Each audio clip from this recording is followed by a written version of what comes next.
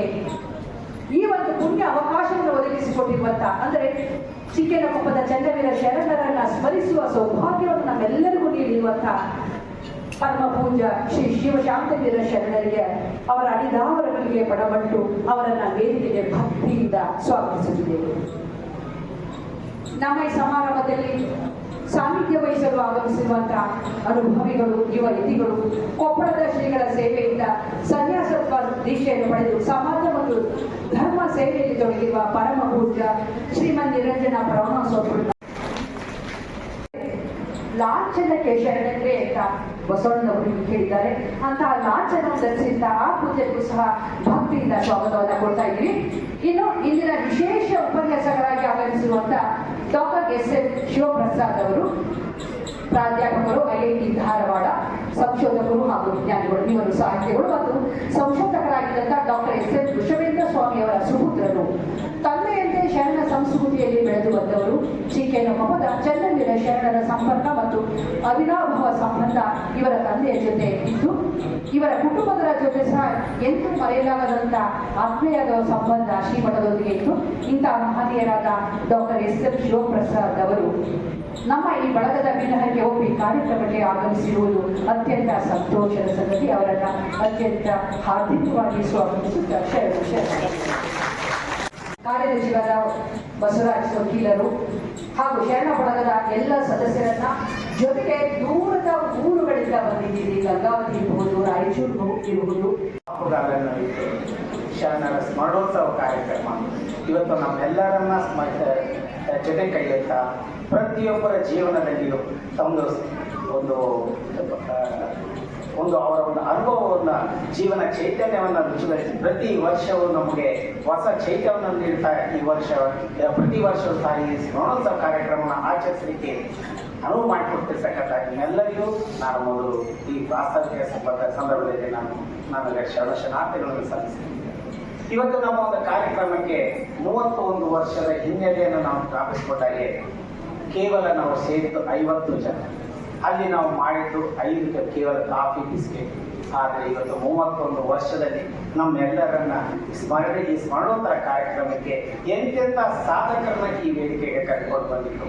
ಎಂತೆಂಥ ಸಾಧಕರು, ಗುರುರಾಜ ಕರ್ಜಿಗಿಯವರಿರ್ಬೋದು, ವೀಣಾ ಬನ್ನಂಜಿಯವರಿರ್ಬೋದು, ಶೀಶಾನಂದ ನ್ಯಾಯಾಧೀಶರಿರ್ಬೋದು, ಶಿವಗಂಗೆಯ ಶ್ರೀಗಳಿರ್ಬೋದು, ಶಂಭು ಬಳಿಗಾರ್ ಅವರಿರ್ಬೋದು, ಕಜ್ಜಂಪಾಡಿ ಸುಬ್ರಹ್ಮಣ್ಯಂ ಭಟ್ ಅವರಿರ್ಬೋದು, ಕೇರಳದ ಬಾರ್ಡರ್ನಿಂದ ಬಂದಂಥ 89 ವರ್ಷದ ನವಯುವಕರಿಗಳು ಇವತ್ತು ಪ್ರತಿಯೊಬ್ಬರು ತಮ್ಮ ಅನುಭವದ ನುಡಿಗಳನ್ನು ನುಡಿತಾ ನಾವು ಕೇವಲ ಚಿಕ್ಕನಕೊಪ್ಪದ ಶರಣರ ಸ್ಮರಣೋತ್ಸವ ಕಾರ್ಯಕ್ರಮಕ್ಕೆ ನಿಮ್ಮನ್ನ ಆಹ್ವಾನಿಸುತ್ತಿದ್ದೇವೆ ಎಂದು ಹೇಳಿದ ತಕ್ಷಣ ಎಲ್ಲರೂ ತಮ್ಮ ಅನೇಕ ಕೆಲಸಗಳನ್ನ ಬದಿಗೊತ್ತಿ ಈ ಕಾರ್ಯಕ್ರಮಕ್ಕೆ ಬಂದಿದ್ದರು.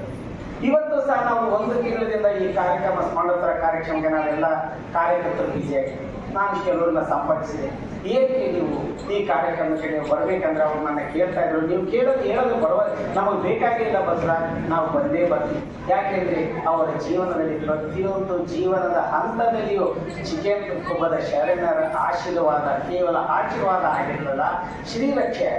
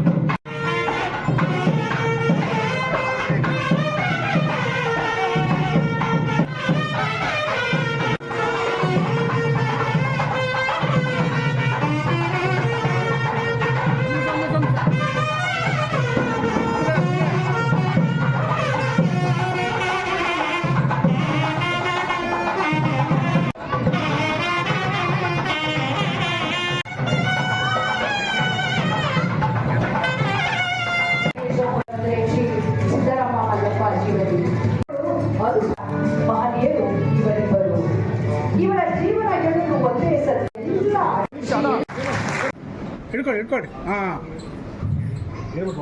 ಓಂ ಶ್ರೀ ಗುರುಭ್ಯೋ ನಮಃ.